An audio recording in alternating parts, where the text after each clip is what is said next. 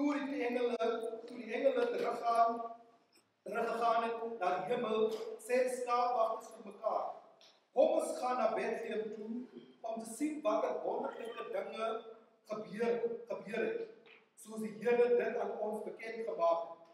Hulle het toe na die dorp toe gehardloop en vir Maria en Josef gekry en die kindjie wat in die krib lê. Toe het die skaapwagters vir almal gaan vertel wat gebeur het en wat die engel vir hulle oor die kindjie gesê het. Almal wat die skaapwagters se verhaal gehoor het, was verbaas.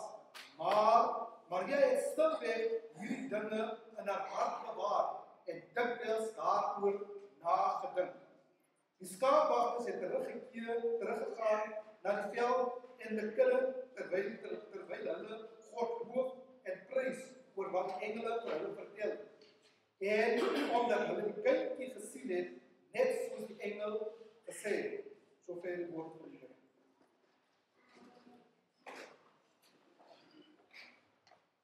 Here.